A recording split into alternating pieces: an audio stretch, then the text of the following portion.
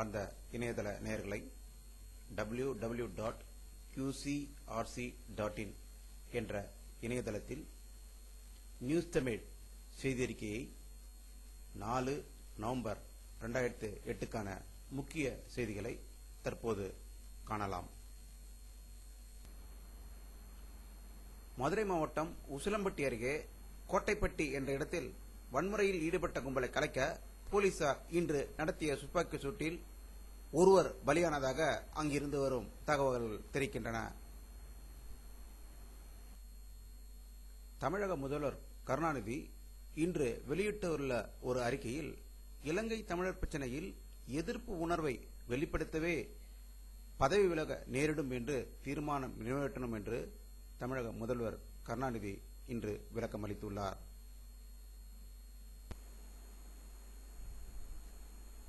இலங்கை ராணுவத்திற்கு மத்திய அரசு ஆயுதங்கள், வெடிபொருள்கள் மற்றும் அதிநவீன சாதனங்களை அனுப்பியது உண்மைதானே?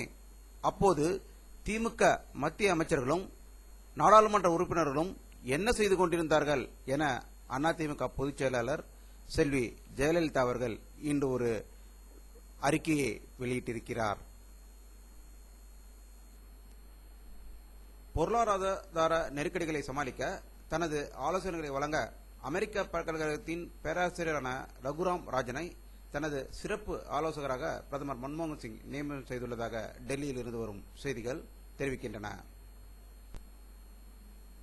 சந்திராயன் விண்கலம் நிலவின் வட்டப்பாதையை நெருங்கிவிட்டது. இப்போது பூமியிலிருந்து அந்த விண்கலம் அதிகபட்ச தூரம் 3,80,000 கிலோமீட்டர் ஆகும்.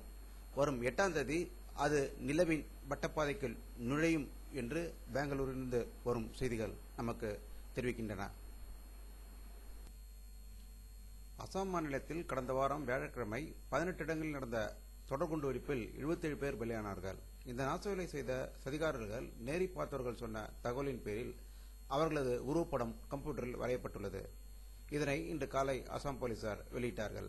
இவற்றை காண்பவர்கள் உடனடியாக இந்தியாவில் உள்ள எல்லா போலீஸ் நிலையங்களிலும் தகவலை தெரிவிக்கலாம் என்று கூறப்பட்டுள்ளது. இமாச்சல பிரதேசத்தில் மலைப்பகுதியில் பஸ் இன்று காலை உருண்டதில் 44 பேர் பலியானதாக அங்கு வரும் தகவல்கள் தெரிவிக்கின்றன.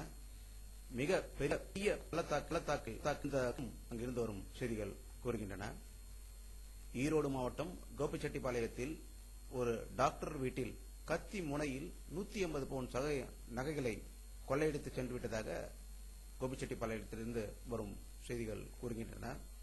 நேற்று தமிழகம் முழுவதும் சூரசம்பாரம் நிகழ்ச்சி முருகருக்காக மிக சிறப்பாக தமிழகத்தில் உள்ள அனைத்து முருகன் கோயில்களிலும் நடந்ததாக செய்திகள் வந்து கொண்டிருக்கின்றன.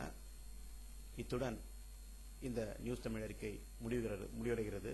மீண்டும் உங்களை www.qcrc.in என்ற இணையதளத்தின் மூலம் உங்களை சந்திக்கும் வரை உங்களிடமிருந்து விடைபெறுவது உங்கள் கே பாலாஜி.